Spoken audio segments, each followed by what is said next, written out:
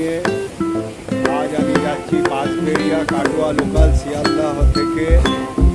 তাহলে আমি আজকে যাব রামকৃষ্ণ বিবেকানন্দ আশ্রমে। চলুন ওখানে নিয়ে গিয়ে দেখাবো। হাওড়া থেকেও কাটোয়া লোকালে আপনারা যেতে পারেন। আর একটা হচ্ছে কি, রেল লাইনে আদি সপ্তগ্রাম থেকে নেমেও অটো করে যেতে পারেন। চলুন আপনাদের ওখানে গিয়ে কথা হবে। এখন আমি বাঁশবেড়িয়া স্টেশনে নামলাম। দেখুন ট্রেন চলে যাচ্ছে।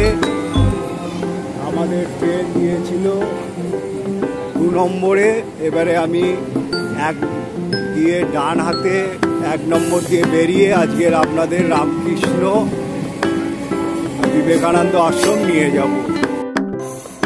দেখুন বাঁশবেড়িয়া স্টেশন, ওভারব্রিজ দিয়ে আমি উঠছি। 1 নম্বর দিয়ে বেরিয়ে এবারে আপনারা ট্রেন থেকে নেবে ডান দিকে ওভারব্রিজ বেরিয়ে যাবেন।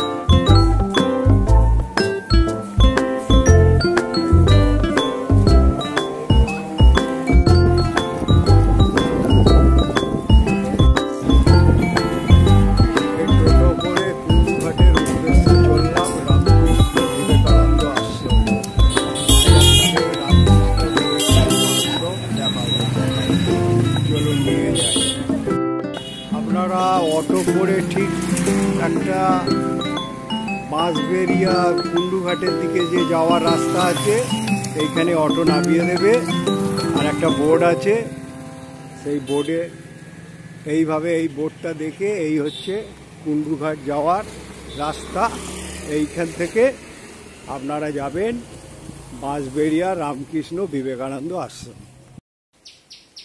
এই কুন্ডুঘাটে ঢুকেই রামকৃষ্ণ বিবেকানন্দ আশ্রমে এখন আমি এসে পৌঁছালাম। দেখুন 3 চূড়া বিশিষ্ট মন্দির। চলুন মন্দির নিয়ে গিয়ে দর্শন করাই আপনাদের। এখানে মানে কাজ হয়েছে, অনুষ্ঠান হয়েছে, বাঁশ ফাঁস লাগানো রয়েছে। তা আমি এখন মোটামুটি এসে গেছি। আপনারা দেখুন চূড়া বিশিষ্ট।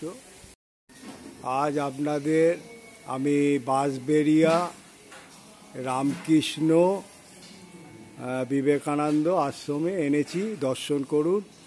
এইখানে দেখুন প্রথমে ঢুকে দেখুন মন্দিরটা আগে দর্শন করাচ্ছি। চূড়া বিশিষ্ট এবং পদ্ম রে করে রামকৃষ্ণ বিবেকানন্দ আশ্রম। তারপরে ঢোকার মুখে দেখুন আপনার রামকৃষ্ণদেব কল্পতরুর হয়ে দাঁড়িয়ে রয়েছে, আর স্বামী বিবেকানন্দ এ হয়ে আছে। তা চলুন আপনাদের মন্দিরটা দর্শন করাচ্ছি। তা মন্দিরে কত সুসজ্জিতভাবে মন্দিরটাকে গড়ে তুলেছে দেখুন। মধ্যিখানে আপনার রামকৃষ্ণদেব, আর হচ্ছে বাঁদিকে হচ্ছে সারদা মা সারদা, আর রয়েছে স্বামী বিবেকানন্দ। কত সুন্দরভাবে। তারপরে গণেশ বাবাজি রয়েছে, গণেশ বাবাজি। তারপরে আপনার একটা শিবের রয়েছে, তার মধ্যে ত্রিশূল। আর কত সুসজ্জিতভাবে এই মন্দিরের কাঠের দ্বারা কত সুন্দর একটা গড়ে তুলেছে দেখুন। মানে আপনারা এখানে আসবেন, এই আশ্রমে খুব ভালো লাগবে। তা চলুন এবারে আশ্রমে আরও দর্শন করি। আশ্রমের নাট মন্দির টাইপের যেটা আছে বসা, সেগুলো দর্শন। এখানে হংসেশ্বরী মন্দিরের পদ্মের ওপরে মা কালী, তারপর হচ্ছে মা সারদা হচ্ছে কালী রূপে, যেটা হচ্ছে আপনার যখন মা সারদার সঙ্গে রামকৃষ্ণদেবের বিবাহ হয়েছিল, সারদাকে ফলহারিণীভাবে পুজো করেছিল, সেই একটা তুলে ধরেছে দেখুন দুর্গা রূপে। তারপরে হচ্ছে অবতারিণী তারপর যত পার্শ্বদ আছে স্বামী ব্রহ্মানন্দ, শিবানন্দ, শিবানন্দ, তারপর হচ্ছে সারদা, স্বামী সারদানন্দ, তারপর যোগানন্দ, যত পার্শ্বদ আছে সব পার্শ্বদদের তুলে ধরেছি। স্বামী নিরঞ্জনানন্দ, তারপরে তুষিয়ানন্দ, তারপরে স্বামী অভেদানন্দ, স্বামী প্রেমানন্দ, সব পার্শ্বদদের তুলে ধরেছে, মানে ঠাকুরের সঙ্গে যারা যারা কাজ করেছিল তা পার্শ্বদ। এবারে রাধাকৃষ্ণ, তারপর এদিকে অন্নপূর্ণা সঙ্গে হচ্ছে গিয়ে ভিক্ষে চাইছে আমাদের মহাদেব, রামকৃষ্ণদেব, তারপর হচ্ছে বিবেকানন্দ, সারদামণি, তারপর আবার রামকৃষ্ণদেব, তারপরে রামচন্দ্র, লক্ষ্মণ ও সীতার কাছে হনুমান করছে, নমস্কার করছে। আরও পার্শ্বদ, যত পার্শ্বদ আছে এই মন্দিরে সব জায়গায় তুলে ধরেছে দেখুন।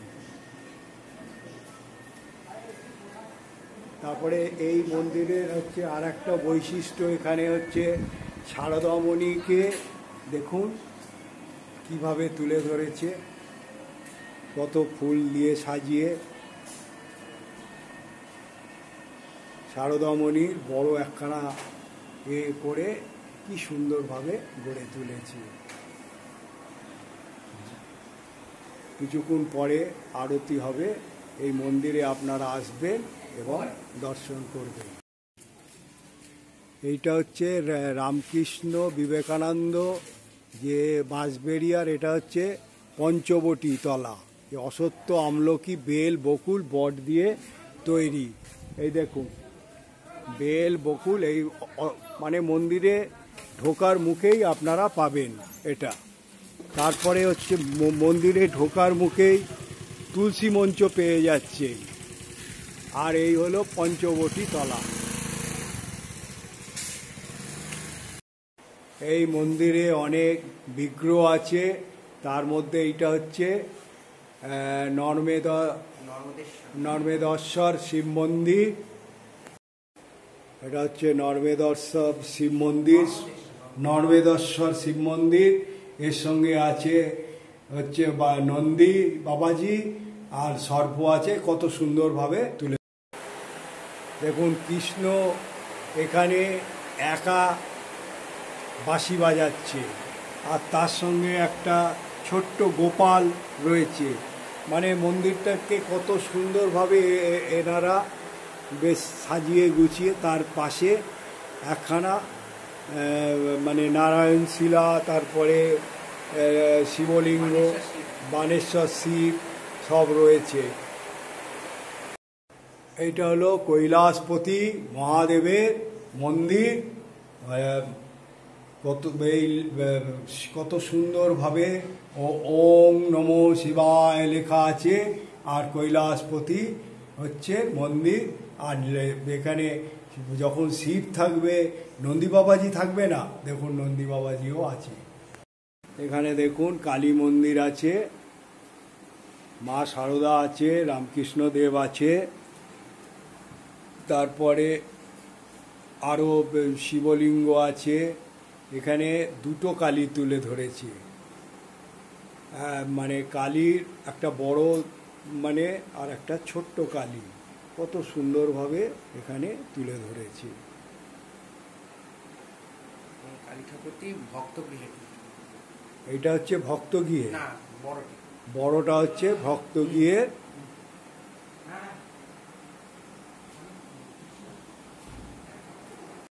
আর এই হচ্ছে দুর্গা দালান, এখানে দুর্গা পুজো হয়। এই হলো দুর্গা পুজো হয়, দুর্গা ঠাকুর তৈরি হচ্ছে এখানে। দুর্গা পুজো হয়, দুর্গা ঠাকুরও তৈরি হচ্ছে, দেখে নিতে পারেন আপনারা, দরকার পড়লে দুর্গা পুজোর সময় এখানে আসবেন।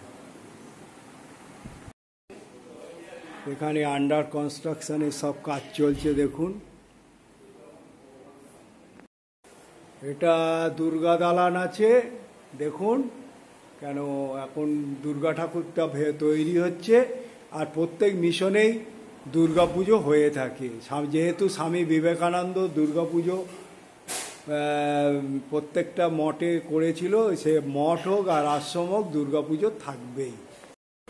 আর এইটা হচ্ছে অফিস ঘর, দেখে নিন।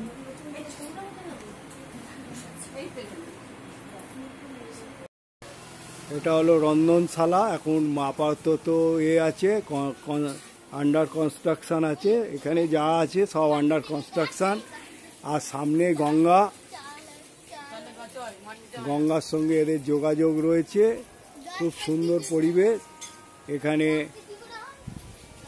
এখানে দেখুন কাঠের জ্বালানি দিয়ে বড় কোনো উৎসব হলে রান্না হয়।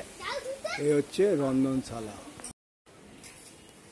এনাদের মানে এই আশ্রম হচ্ছে রামকৃষ্ণ বাঁশবেড়িয়া শ্রী রামকৃষ্ণ বিবেকানন্দ আশ্রম, গঙ্গার সঙ্গে যুক্ত। তা আপনারা এই ইটভাটারি, আর আপনারা এই পরিবেশে যদি আসেন মুক্ত বায়ু পাবেন, মানে কলকাতার কোলাহল থেকে পেতে কত সুন্দর এইখানে ইটভাটার আর এই জায়গায় বেড়াবার পক্ষে এই রকম জায়গা খুবই ভালো, মানে স্বাস্থ্যের পক্ষে ভালো। একদিন এসে আপনারা এই মঠে ট্যুর করে যেতে পারেন। এখানে আগে থেকে আমি সব ফোন নাম্বার এতে দিয়ে দেবো ডেসক্রিপশানে, আপনারা এই ফোন নাম্বার দেখে ফোন করে একদিন দুদিন আগে জানিয়ে দেবেন এবং এই মুক্ত বায়ু পরিবেশে ঘুরে বেড়াবেন। এইরকম মনোরম পরিবেশ উপভোগ করবেন আপনারা। দেখুন কত সুন্দর পরিবেশ। এরকম পরিবেশ আমরা কি শহরের কোলাহলে পাবো? আপনাদের মাঝে মাঝে এরকম শীত পড়লে বা পড়লে এইসব জায়গায় ঘুরে যাবেন, খুব মুক্ত বায়ু পাবেন। আপনারা এই মুক্ত বায়ু দরকার আছে। দেখুন আমি চলে এসেছি আজকের দিনে। ওই দেখুন ওপাশে সব ইট ভাটা, আর ওই দেখুন ওই হচ্ছে আপনার সেই রানী রাসমণির এই মন্দিরটা দেখা যাচ্ছে, চূড়াটা দেখুন।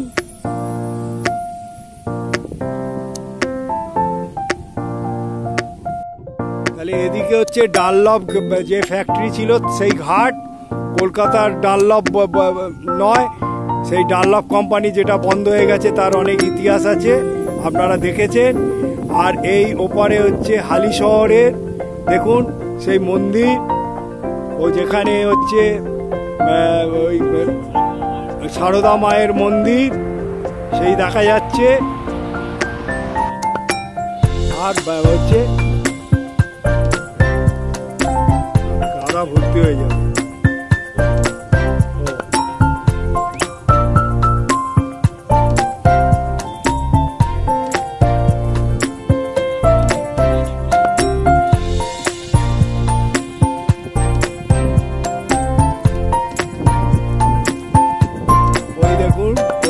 ঘাট হচ্ছে জেটি ঘাট, আর নাওটা দেখা যাচ্ছে। ওই হচ্ছে ব্রিজ, ওটা হচ্ছে ঈশ্বরগুপ্ত সেতু ব্রিজ তৈরি হচ্ছে। আর একটা পুরনো ব্রিজও আছে, ওটা বাঁশবেড়িয়ার সঙ্গে কল্যাণীর কানেকশন। আর এই হচ্ছে এদিকে হালি শহর। তাহলে আপনারা যদি এখানে আসেন তাহলে ওখানে হালি শহরেও ঘুরে যেতে পারেন। তারপরে আপনারা রামপ্রসাদেরও ঘাট পেয়ে যাবেন, হ্যাঁ, নিগমানন্দ আশ্রম। তারপরে হচ্ছে নিমাই ডোবা পেয়ে যাবেন ওপারে, যেটা হচ্ছে চৈতন্য ডোবা বলা হয়। চৈতন্য ডোবাও চলে যেতে পারবেন। চৈতন্য ডোবা হচ্ছে চৈতন্যদেবের, যেটা হচ্ছে আপনার গুরুদেব ছিল, সেখানেও চলে।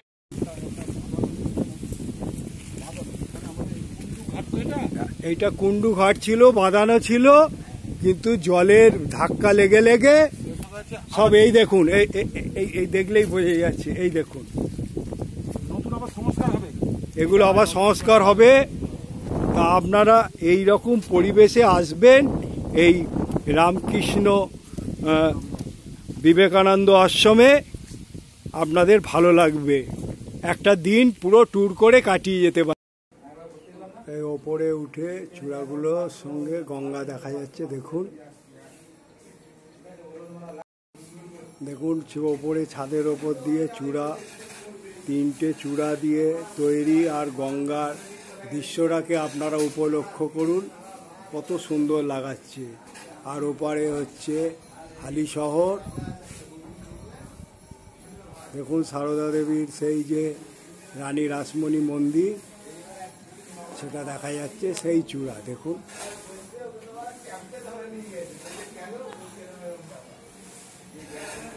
ওপারটা লক্ষ্য করুন, কি সুন্দর পরিবেশ। আপনাদের আজকের এই বাঁশবেড়িয়া রামকৃষ্ণ বিবেকানন্দ আশ্রম দর্শন করাচ্ছি। দেখুন মহারাজ করছে।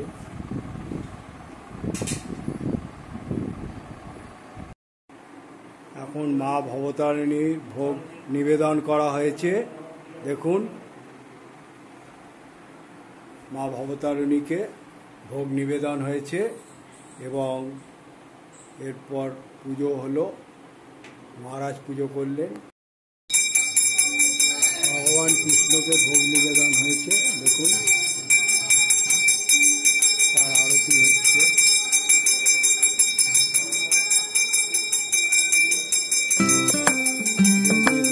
কৃষ্ণ ভগবান আছে, তার আরতি চলছে।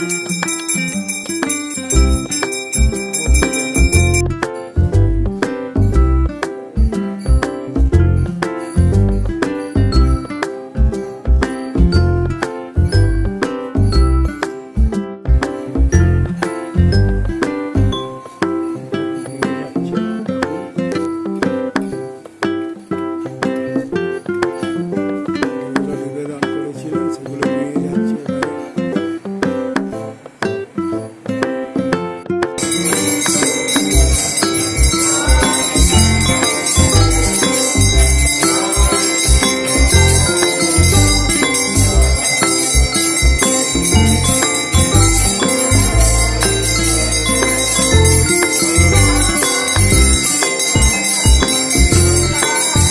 এখন ভোগ আরতি শুরু হয়েছে। দেখুন খুব সুন্দর এখানকার ভোগ আরতি, মানে দেখার মতো। মানে আমার মুখের ভাষা নেই যে কিভাবে এখানে মহারাজ ভোগ আরতি করছে। আপনারা আসবেন এখানে যদি সময় পান, ভোগ আরতিটা দেখার মতন। ভোগ আরতি খুব সুন্দরভাবে এখানে ভোগ আরতি, সেজন্য আমি এখানে ভোগ আরতিটা আপনাদের তুলে ধরেছি। জয় রামকৃষ্ণ দেব।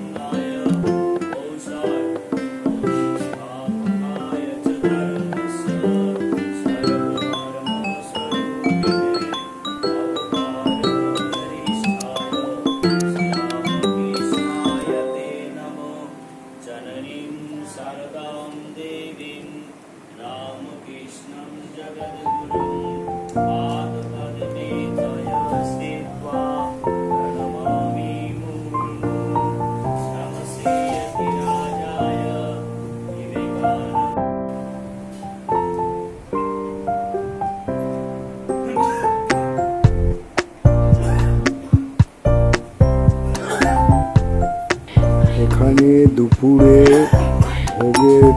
ভোগ দেওয়ার পর যেভাবে আরতি এবং যেভাবে রামকৃষ্ণদেব সারদামণি বিবেকানন্দকে আরতি করে পূজা করে তুলে ধরা হলো, মানে এত সুন্দর যে বলার মতন নয়। সেই জন্য বলি আপনারা এখানে এসে দর্শন করবেন।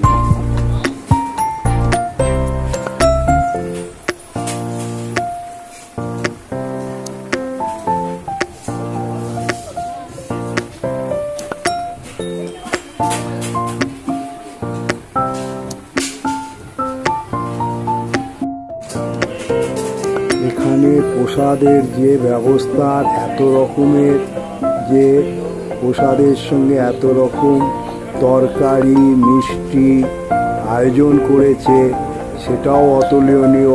আর পানীয় জলের একদম এই যে ওয়াটার মিনারেল পানীয় জল, মানে কত রকম পায়েস আছে, তারপরে আপনার পাঁপড় আছে, রসগোল্লা আছে, মাছ ছিল, অনেক ছিল, মানে আমার মুখে সে ভাষা নেই। আমি তাই আপনাদের যে প্রসাদটা মোটামুটি তুলে ধরলাম।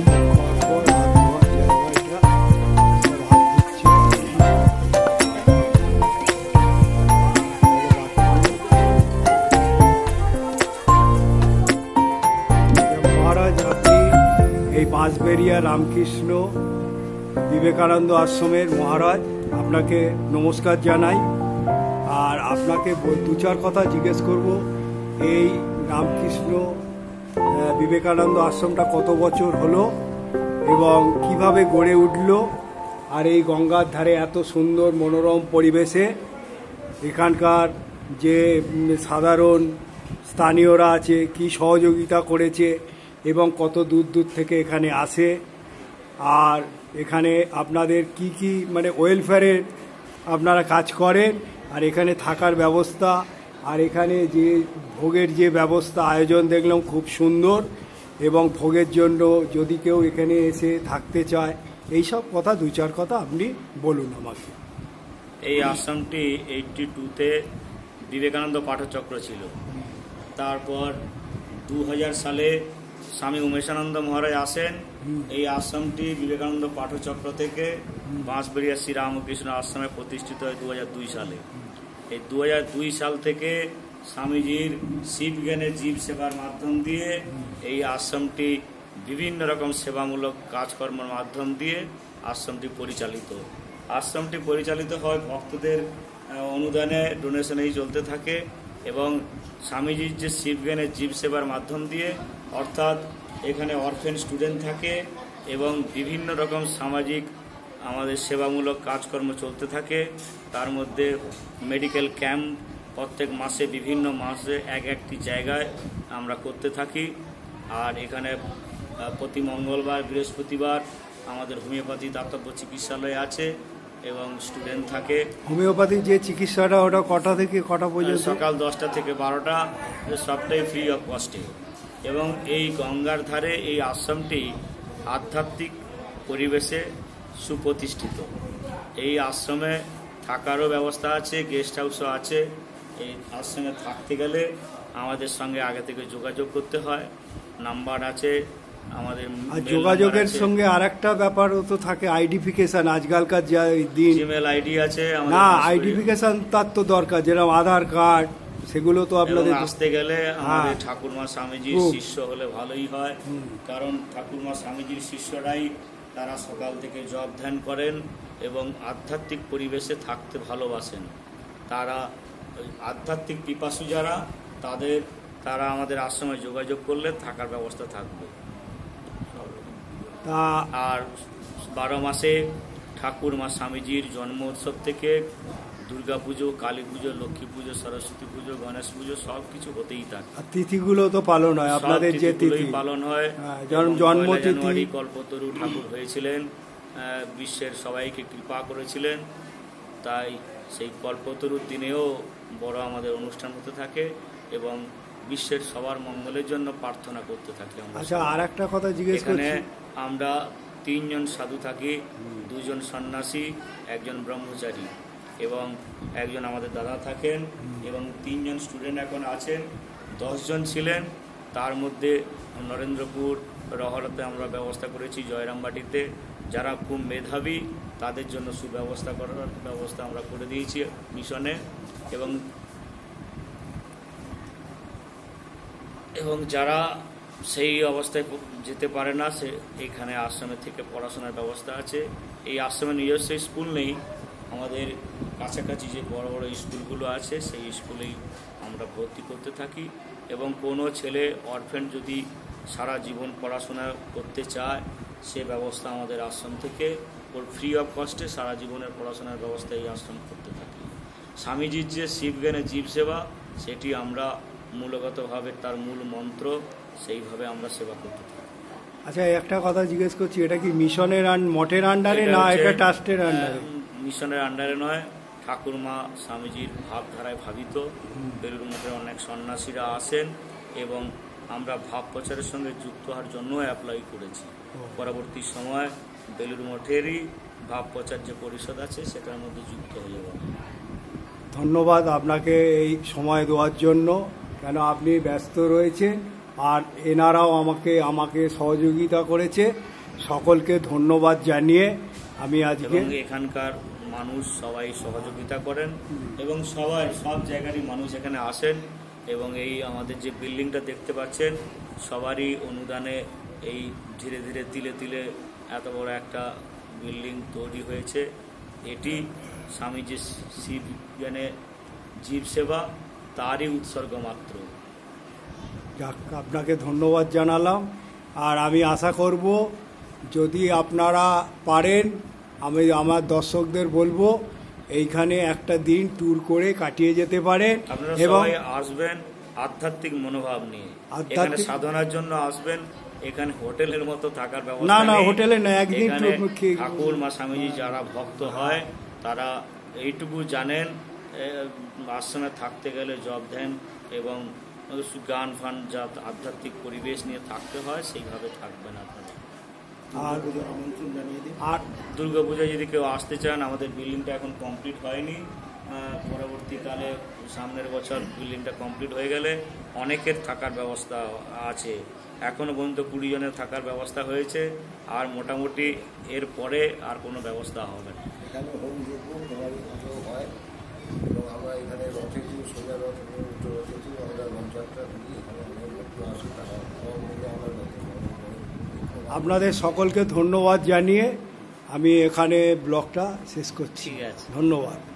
একটা ঠাকুরমার প্রণাম বলুন। ওম স্থাপকায় চ ধর্মস্য সর্বধর্মস্বরূপিণে অবতার বরিষ্ঠায় শ্রীরামকৃষ্ণায় তে নমো। জননীম শারদাম দেবীম রামকৃষ্ণম জগদ্গুরুম পাদপদ্মে তয় স্থিত্বা প্রণমামি মুহুর্মুহুঃ। নমস্তে যতিরাজায় বিবেকানন্দসূরয়ে সচ্চিৎসুখস্বরূপায় স্বামিনে তাপহারিণে। সবাই ভালো থাকুন, সুস্থ থাকুন, ঠাকুরমা স্বামীজির কাছে প্রার্থনা করি। জয় রামকৃষ্ণ দেব। জয় ভগবান শ্রী রামকৃষ্ণ।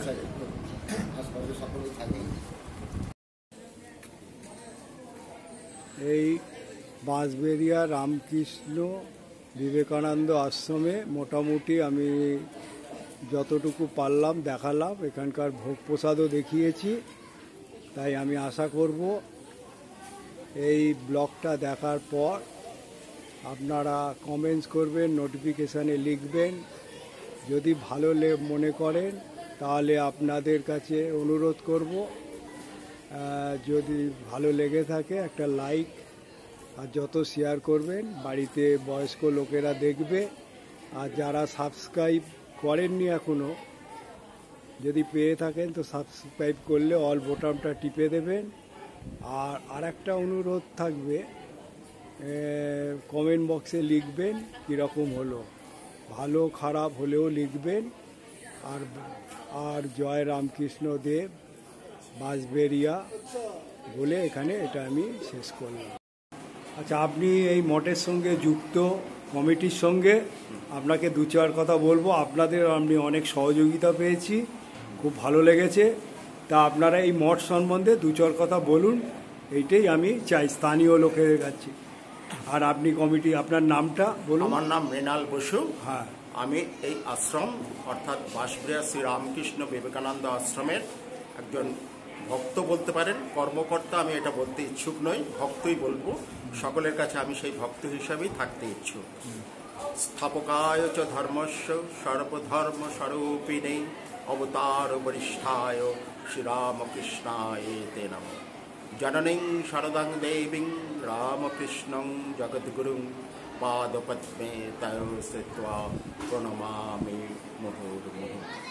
নমস্তে জ্যোতিরাজায় বিবেকানন্দ শূরায় সচ্চিদ সুখস্বরূপায় স্বামিনে তাপহারিণে। বাঁশবেড়িয়া শ্রীরামকৃষ্ণ বিবেকানন্দ আশ্রমের পক্ষ থেকে সমস্ত সুধী দর্শকবৃন্দকে আমার আন্তরিক শুভেচ্ছা জানাই। মহারাজের তরফ থেকে আমি তার আশীর্বাদ আপনাদের সকলের মধ্যে বিতরণ করতে চাই। মহারাজ ছিলেন কিছুক্ষণ আগে, কিন্তু এই মুহূর্তে নেই, তাই আমি আপনাদেরকে সকলকে আমাদের এই আশ্রমের পক্ষ থেকে, মহারাজের পক্ষ থেকে এবং সকল ভক্তবৃন্দের পক্ষ থেকে আপনাদের ধন্যবাদ জানাই। এই ইউটিউব থেকে আপনারা ধৈর্য ধরে বসে দেখলেন, শুনলেন আমাদের কথা, তার জন্য আপনাদের সকলকেই আমি আমাদের আশ্রমের পক্ষ থেকে ধন্যবাদ জানাই। আমার তরফ থেকেও ধন্যবাদ জানাই। নমস্কার। নমস্কার।